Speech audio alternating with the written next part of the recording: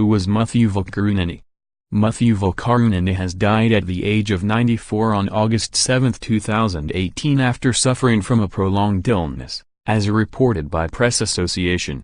Hundreds of supporters, who had kept vigil for the veteran Indian politician at Calvary Hospital, wept when they learned of his death, with Prime Minister Narendra Modi taking to Twitter to state that Tamil Nadu in particular would miss Mr. Karunanidhi immensely. After dominating the Tamil language movie industry as a screenwriter in the 1950s, he went on to make significant moves in the political scene for 5 decades, especially as the state's chief minister, a position that he held 5 times for a total of 19 years. But who was M. Karunanidhi? Born on June 3, 1924 in a village in Thiruvallur district, Muthuvel Karunanidhi was a school dropout who first established himself as a screenwriter for Tamil films in the 1950s.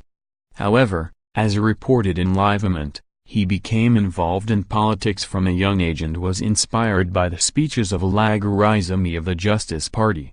When Karunanidhi was 18, during World War II he started publishing handwritten notes called Morrisali, written under the pseudonym Tran, and these played a significant role in advancing causes that were championed by Periyar E. V. Ramasamy's Dravidian movement, which challenged the supremacy of upper caste Brahmins. Along with C. Annadurai, Karunanidhi broke away from the Dravidian movement to establish the Dravida Munnetra Kazhagam (DMK) party in 1949. Around this time, he was also making money writing screenplays, and his most famous work was an adaptation of Parasakthi, a play by Pavalur Balasundaram. While the movie was not a box office success and did not have an impact on Tamil cinema, Parasakthi did play a significant role in influencing the Tamil Nadu state's political scene. Karunanidhi penned screenplays and dialogues for more than 50 movies and also wrote the stories for some of them, such as Marudanattu Ilavarasi, Mandire Kumari, Tirumbappur and Arazi Lankamari. When the DMK entered the electoral fray in 1957, despite the party being unrecognized, Karunanidhi won in the Kulathilai constituency. After the DMK's first election, Karunanidhi was promoted as the treasurer of the party in 1961 and became deputy leader of the opposition a year later. Under Annadurai's leadership, the party came to power in 1967 and Karunanidhi became the Minister for the Public Works Department before being made the Chief Minister after the leader's death. Karunanidhi continued the work of his predecessor, Annadurai's desire to transform center-state relations and resist anything that could infringe on the Tamil Nadu's prerogatives, keeping enough power within the state and so much that the integrity of the country as a whole would be maintained.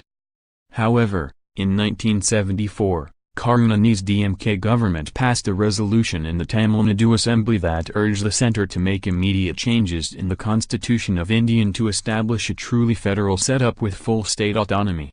This adoption of the 1974 resolution was significant for Indian politics and led to what has been described as the golden period for Karunanidhi as a leader in Tamil Nadu politics. He then became a successful strategist in coalition politics and was involved in the formation of the National Front under V.P. Singh in 1983. He had 3 wives, one of whom has died. He is also survived by 4 sons and 2 daughters, according to the Press Trust of India news agency. Mr. Karunanidhi's second son, M.K. Stalin, is his chosen political heir. A daughter, Kannamozi, is a politician in the Indian Parliament. Before his death, Karunanidhi was being treated for age-related illnesses in Chennai, as reported in the BBC. He is the second key political figure to die in Tamil Nadu state in the past 2 years after Jairam Jayalalitha of the Anna Dravida Munnetra Kazhagam party. Muthuvel Karunanidhi died at the age of 94 after a prolonged illness resulted in multiple organ failure on August 7, 2018 at Calvary Hospital. Prime Minister Narendra Modi tweeted, "We have lost a deep-rooted mass leader, prolific thinker, accomplished writer and a stalwart whose life was devoted to the welfare of the poor and the marginalized."